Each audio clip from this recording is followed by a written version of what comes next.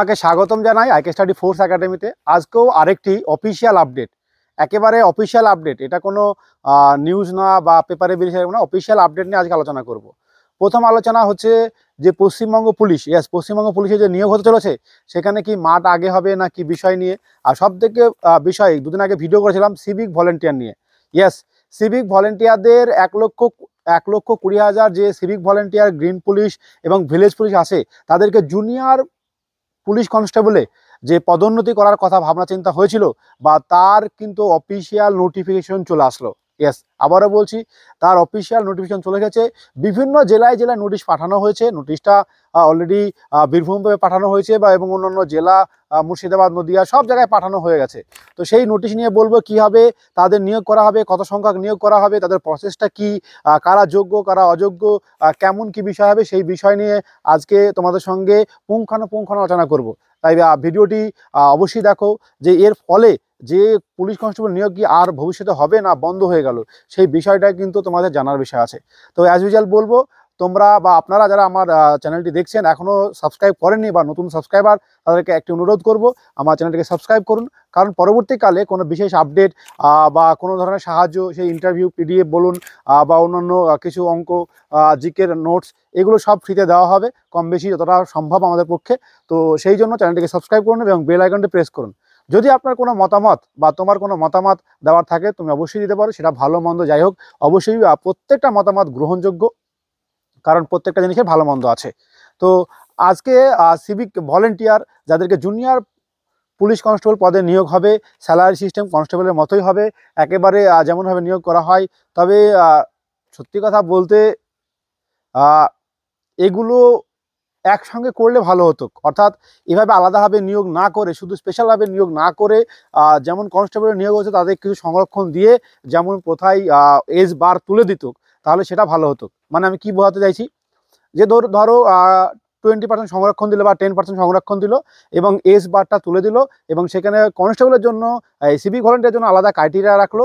সেই ক্রাইটেরিয়ার সঙ্গে একসঙ্গে নিয়োগ করলে সিস্টেমটা ভালো হতো। কিন্তু স্পেশালি জেলায় জেলায় দায়িত্ব দিই, আইসির পরে দায়িত্ব দেওয়ার পরে এর ফলে কিন্তু বেশি পদ সংখ্যা ক্রিয়েট হয়ে যাবে, এবং যারা নতুন ক্যান্ডিডেট তাদের কম্পিটিশন অনেক বেশি হার্ড হয়ে যাবে, কারণ ভ্যাকান্সি অবশ্যই কম হয়ে যাবে।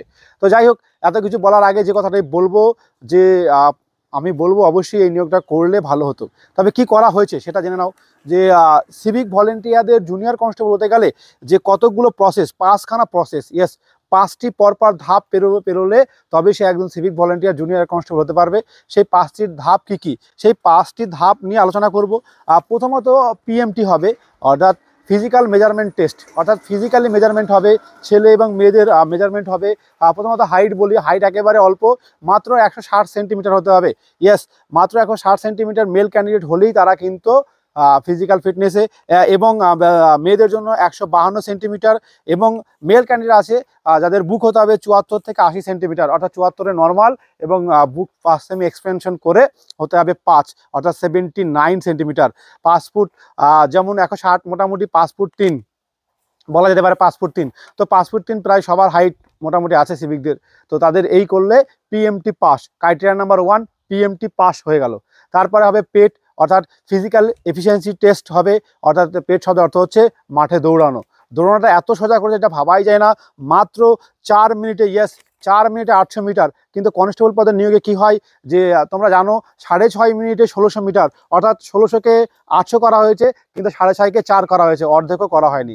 যেটা সবাই পারবে, একেবারে নর্মাল রান যেটা মেয়েদের নর্মাল হয় সেটা ছেলেদের কথা করা হয়েছে। অর্থাৎ মাত্র 2 মিনিটে, 4 মিনিটে 800 মিটার রান দৌড়াতে পারলে যে ধাপ নাম্বার 2 ছেলেরা পাস। মেয়েদের জন্য 400 মিটার রান করতে হবে 2.5 মিনিটে, সেটা ফিমেল ক্যান্ডিডেটের জন্য। তাহলে কিন্তু পেট প্রকাশিত হবে। এটা কাদের জন্য? অবশ্যই সিভিক ভলেন্টিয়ারদের জন্য। তাহলে বোঝা গেল ক্রাইটেরিয়া 1 পিএমটি হবে, ক্রাইটেরিয়া 2 পেট হবে, এবং ক্রাইটেরিয়া 3 কি হবে, তোমার ভেরিফিকেশন হবে। কীরকম ভেরিফিকেশন হবে? এই ভেরিফিকেশনটা পিভিআর পুলিশ ভেরিফিকেশনের থেকে একটু আলাদা। শুধু এখানে তোমার ক্যারেক্টার ভেরিফিকেশন হবে, আর একটা হচ্ছে যে তোমার অ্যান্টিসিডেন্ট, অর্থাৎ তোমার বংশ পরম্পরা, তোমার জন্ম কোথায় হয়েছিল, কীভাবে হয়েছিল, বা এদিকে নাগরিক কিনা, সেইটা ভেরিফিকেশন হবে। তো একেবারে সোজা ভেরিফিকেশন হয়ে গেল। প্রসেস নাম্বার 3, এরপরে হবে তোমার ওই ভেরিফিকেশন দেখার পরে মেরিট লিস্ট। কিরকম মেরিট লিস্ট হবে? যারা যারা রান এবং মেজারমেন্ট পাস করবে এবং ভেরিফিকেশন ঠিক করে ফেলতে পারবে, তারা কিন্তু যোগ্য হয়ে যাবে, যে হ্যাঁ তারা জুনিয়র কনস্টেবল হওয়ার যোগ্য। এবং তাদের তাদের চাহিদা অনুযায়ী যে জেলার নিয়োগ করা হবে, সেই জেলায় কতগুলো ভ্যাকান্সিজ আছে, সেই ভ্যাকান্সিজ অনুযায়ী তাদেরকে মেরিট লিস্ট টাঙানো হবে। এবার ওই মেরিট লিস্ট যারা সিলেক্টেড হবে তাদের মেডিকেল এক্সামিনেশন হবে, সেখানে নো অবজেকশন সার্টিফিকেট নিতে হবে। তো নো অবজেকশন সার্টিফিকেট হলেই চাকরি নিশ্চিত হয়ে গেল। অর্থাৎ মেরিট লিস্ট হওয়ার পরে অ্যাজ ইউজুয়াল যেমন ডাব্লিউবিতে মেডিকেল হয় তেমনভাবে মেডিকেল হবে। তার মানে বোঝা গেল, সোজা ভাষায় বললে, প্রথমে রান ও মেজারমেন্ট হয়ে যাওয়ার পর ভেরিফিকেশন হয়, ভেরিফিকেশনে পাস করলেই কিন্তু তোমার চাকরি হবে। পুরো অফিসিয়াল প্রসেস একেবারে আপডেট, যারা পিডিএফটি চাও তারা আমার কাছে নিতে পারো, কমেন্ট সেকশনে গেলে পিডিএফটি পেয়ে যাবে। তো এভাবে নিয়োগ প্রক্রিয়া হবে, কতগুলো, প্রত্যেকটা জেলায় নিয়োগ হবে। ইয়েস, প্রত্যেকটা জেলায় আলাদা আলাদা ভ্যাকান্সি হিসাবে নিয়োগ হবে।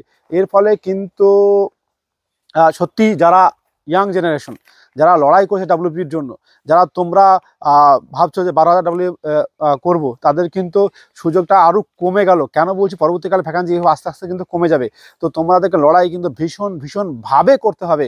এবার আর একটা কথা, যে কথাটা বারবার ভেঙেছে, অনেকে কমেন্ট সেকশনে করেছে যে স্যার পশ্চিমবঙ্গ পুলিশের মাঠ কি আগে হবে যে নতুন ভ্যাকান্সি আসতে চলেছে? এই কথাটা আলোচনা করব। প্রথমত বলি তোমাদেরকে যে আমাদের একটি ইউটিউব চ্যানেল আছে আইকে স্টাডি, এবং আমাদের একটি আবাসিক কোচিং সেন্টার আছে আইকে স্টাডি ফোর্স একাডেমি। আমরা বলবো, একটু ক্যামেরাম্যানকে দেখাতে বলবো যে আমাদের অফিস বিল্ডিংয়ে কাজ চলছে, বড় বিল্ডিংয়ে কাজ, এটা অফিস বিল্ডিং, এবং পাশে হোস্টেল বিল্ডিং অনেক দূরে অবস্থিত, অনেক দূরে মিনস কিছুটা দূরে অবস্থিত। তো সেখানে কাজ চলছে। তো স্পেশালভাবে পশ্চিমবঙ্গ পুলিশ, ডাব্লিউপি এবং আর্মির জন্য স্পেশালভাবে তৈরি হয়েছে। তোমরা খুশির খবর, আজকে আমাদের আর্মি রেজাল্ট পেয়েছে, অনেকে চাকরি পেয়েছে, কতজন পেয়েছে না পেয়েছে তার একটি ভিডিও তৈরি হয়েছে, সেটা তো আমি এটাতে আলোচনা করতে চাইছি না, সেটা দেখে নেবে। ভীষণভাবে খুশির খবর, অনেক ছেলে সাকসেস হয়েছে, প্রায় 100% সাকসেস আমাদের। তো এরপরে বলি, আর্মির জন্য স্পেশাল অফার চলছে এখন, যে থাকা খাওয়া পড়াশোনা পুরোপুরি ফ্রি, একেবারে গ্যারান্টি সহকারে লিখিত পরীক্ষায় পাস করে দেবো। তোমার যদি রান করার একটু সহ্য থাকে, ধমা দেবে, মেডিকেল যদি ফিট হও, তাহলে অবশ্যই এসো। একদম 100% চাকরি, এবং খুব অল্প পরিমাণ টাকা লাগবে, একেবারে অল্প, কখনো 3-4 লাখ টাকা লাগে না, আমাদের এখানে খুবই সামান্য টাকা লাগে। তো যাই হোক, সেইগুলো তুমি সরাসরি ফোনের মাধ্যমে, থাকা খাওয়া 100% ফ্রি। কারণ এই অফারটি মাত্র 1 সপ্তাহ থাকবে, পুরোপুরি ফ্রি, শুধুমাত্র আর্মি ছেলেদের জন্য। আবারও বলছি, শুধুমাত্র আর্মি ছেলেদের জন্য। এবং ডাব্লিউপির জন্য চলছে অ্যাডমিশন, ঠিক আছে? ডাব্লিউপি স্পেশাল ব্যাচ আমরা কিন্তু গঠন করব, যেখানে গ্রুপ এ গ্রুপ বি থাকবে। গ্রুপ এতে স্পেশাল পরীক্ষা নেওয়ার পরে, সবাইকে একসাথে পরীক্ষা নেওয়ার পরে আপ টু 50%, অর্থাৎ 50% গ্রেটার দেন 50%, যারা 50% বেশি নম্বর পায় তাদেরকে নিয়ে স্পেশাল ব্যাচ এ করব, এবং বাকি নর্মাল ব্যাচ বি করব। তো তোমরা এই অংশগ্রহণ করতে গেলে অবশ্যই চলে আসতে হবে আইকে স্টাডি ফোর্স একাডেমিতে। কেমন কি টাকা পয়সা নেওয়া হয়? ভর্তির সময় মাত্র 10,000 টাকা লাগবে, ভর্তির সময় মাত্র 10,000 টাকা, এবং প্রতি মাসে 1300 টাকা খরচ হিসেবে লাগবে। এবং এখানে থাকার ব্যবস্থাপনা কেমন, যে একটি রুমে একজন থাকতে পারবে, একটি রুমে দুজন থাকতে পারবে, এবং একটি রুমে 4 থেকে 5 জন, যেটাকে জেনারেল রুম বলা হয়, ডাবল রুম, সিঙ্গেল রুম।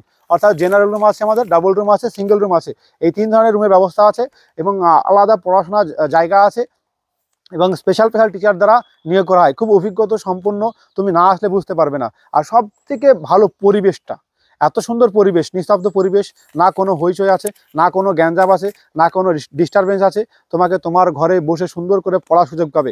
যারা বলো যে স্যার আমাকে খুব বেশি শেখাতে হবে না, আমাকে টেস্টের মাধ্যমে মাঝে মাঝে টেস্ট নিতে হবে এবং পড়ার জায়গা দিতে হবে, রুমের মধ্যে দুজন থাকলে ভালো হয়, তাদের জন্য বেস্ট আবাসিক কোচিং সেন্টার চলে আসতে পারো IK study force academy, Nadia জেলায় করিমপুর অবস্থিত। সফলতা মুখে বলে হয় না, সফলতা তিল তিল করে প্ল্যানিং করে হয়। Without planning, without hard working বা স্মার্ট ওয়ার্কিং ছাড়া কোনোভাবেই তোমার চাকরি সম্ভব নয়, ঠিক আছে? তো সেই স্মার্ট ওয়ার্ক করতে গেলে আমি তোমাকে সাহায্য করব, এবং সাহায্যের মাধ্যমে তোমার স্বপ্ন পূরণ করব। সেই জন্য চলে আসতে হবে আইকে স্টাডি ফোর্স একাডেমিতে। যারা বিশেষ করে বাড়িতে পড়াশোনার সময় পাচ্ছ না, বিভিন্ন কাজে ব্যস্ত হয়ে যাচ্ছ, বা নিজেকে যাচাই করতে পারছো না, তুমি হয়তো রেডি আছো, কিছুটা যাচাই করলে হয়ে যাবে, সামান্য হেল্প করলে হয়ে যাবে, টেস্টের মাধ্যমে হয়ে যাবে, বা পড়াশোনার জায়গা পাচ্ছ না, বা গ্রুপ স্টাডি দরকার, তাহলে অবশ্যই আইকে স্টাডিতে আসতে হবে। তো যাই হোক, এবার আসি যে ডাব্লিউবিতে যে বিরাট পরিবর্তনের কথা বলা হচ্ছে, বা যেখানে বিভিন্ন ইউটিউবার বলছে, তো এখনও বলি যে যদি আগে মাঠ হয় তাহলে কি ঘটনা ঘটতে পারে। পশ্চিমবঙ্গ পুলিশের ইতিহাসে দেখা আছে যে আমাদের মাঠ খুব বেশি জায়গায় হয় না, তো 6 থেকে 7-8টা জায়গায় মাঠ হয় পশ্চিমবঙ্গ পুলিশের। যদি এবং নর্মালি দেখা যায় যে একদিন একটা ব্যাচে 20 জন মতো রান করতে ছাড়া হয়, তারপরে কম্পিউটার সিস্টেম থাকে, সেখানে তাদেরকে ধরা হয়। এবার যদি মিনিমাম 10 লাখ অ্যাপ্লিকেন্ট, 12 থেকে 14 লাখ অ্যাপ্লিকেন্ট হবে, 10 লাখ অ্যাপ্লিকেন্ট মাঠে যদি উপস্থিত হয়, সেই মাঠটা করতে কতদিন সময় লাগবে একবার ধারণা করে দেখো। কেমন ধারণা? মনে করলাম যে আর্মির মতো রান সিস্টেম শুরু করলো, যে সারা পশ্চিমবঙ্গে 10 জায়গায় মাঠ হলো, সারা পশ্চিমবঙ্গে 10 জায়গায় যদি মাঠ হয় এবং দেখা যাচ্ছে যে প্রতিদিন করে একটি ব্যাচে যদি তোমাকে 200 জন করে ছাড়তে হয়, 200 জন, ইয়েস 200 ছেলে একবার ছাড়ে এবং 6.5 মিনিট দৌড়ায়, তো তার ব্যবস্থাপনা লাগবে, 200 বেল্ট লাগবে, তো তাদের নাম লিখতে হবে, তাদের কোয়ালিফাই লিখতে হবে, এই করতে করতে একবার রান করে একটা ব্যাচ ছাড়তে গেলে মিনিমাম 30 মিনিট সময় লাগবে। তাহলে প্রতি ঘন্টায় 400 জন ছেলেকে দেবে, এবং যদি দিনে 6 ঘন্টা করে তাহলে 2400 ছেলে, 2400 ছেলে, আমি তর্কের খাতিরে ধরলাম যে 3000 ছেলে প্রতিদিন একটি মাঠ থেকে হলো। তাহলে দেখো, তাও তো কত দিন লাগবে একবার ভেবে দেখো। 3000 ছেলে প্রতিদিন মাঠ হলে, এরকম 10টা হলে 30,000 হবে। তো 30,000 যদি হয় তাহলে এইভাবে কত দিন সময় লাগছে। তো কোনো মানে একটা বিরাট সময় সাপেক্ষ, হয়তো 3 মাস 4 মাস সময় লাগবে। তাহলে এই সময়টা দেবে কে? এই সময়টা কিভাবে হবে? আর তার মধ্যে কেওয়াস তৈরি হবে, তোমার সমস্যা তৈরি হবে, আবার তোমার টেকনিক্যাল প্রবলেম হবে। এইসব প্রবলেমগুলো কী করে সামলাবে? তাই মাঠ আগে কোনোভাবেই সম্ভব নয়। যারা বলছে তারা পুরোপুরি ফেক বলছে, এটা কোনোভাবেই সম্ভব নয়। আবারও বলছি, অবশ্যই পরীক্ষা আগে হবে। যে পিআরবি ডেপুটেশন দিতে গেছিলো, তোমরা জানো যে কী ঘটনা ঘটেছে। তারা কিন্তু ইঙ্গিত দিয়েছে, সরাসরি চেয়ারম্যান ইঙ্গিত দিয়েছে যে ভালো করে পড়ো, ব্যাস এইটুকু বলেছে। তার মানে বোঝা যাচ্ছে যে 100% এই বিষয়ে কোনো সন্দেহ নেই, পরীক্ষায় আগে হবে। হ্যাঁ, পরীক্ষায় বিরাট পরিবর্তন চলেছে। সিলেবাস কী হবে সেটা এখন অফিসিয়াল না আসলে বলা যাবে না। তো সিলেবাস 4টে বিষয় থাকবে, যে ইংরেজি অবশ্যই থাকবে, অঙ্ক, জিআই, জিকে 4টে বিষয় থাকবে। এবার ইকুয়ালি ডিস্ট্রিবিউশন হবে না, ইংরেজিতে একটু কম নম্বর থাকবে। বোঝা গেল? তো এই বিষয়টি পুরোপুরি হবে, ক্লিয়ার হয়ে গেল। তাহলে মাঠ নিয়ে ঘাবড়িও না। আর মাঠ খুব একটা ডাব্লিউবির কঠিন না, কঠিনটা হচ্ছে মেন পরীক্ষা। ইয়েস, যে পরীক্ষা কীভাবে তৈরি করবে। আর পরীক্ষায় যদি নিজেকে ভাবো যে মোটামুটি তৈরি, আর একটু সাহায্য দরকার, তাহলে চলে এসো আবাসিক কোচিং সেন্টারে। বা প্রথম থেকে হাতে ধরে শিখতে চাও, যে আস্তে আস্তে টার্গেট, জীবনে সফলতা লাভ করেছো এবং যে শুধুমাত্র উচ্চ মাধ্যমিক পাস করেছো, তোমার জন্য সুবর্ণ সুযোগ আইকে স্টাডি ফোর্স একাডেমি। আজকে কথা এই পর্যন্ত, পরবর্তী আরও ভিডিও দেখা হবে। তোমার যদি কোনো মতামত থাকে তুমি করতে পারো। আর হ্যাঁ, অবশ্যই ডাব্লিউবি আসতে চলেছে একেবারে ভোটের আগে না পরে, এই কথাটা সবার জানার দরকার ছিল। পরীক্ষা মার্চ মাসের 10 তারিখের মধ্যে অফিসিয়াল আপডেট পেয়ে যাবে, একেবারে ভ্যাকান্সি পেয়ে যাবে। তো যাই হোক, আর কথা বাড়াচ্ছি না। জয় হিন্দ দোস্ত।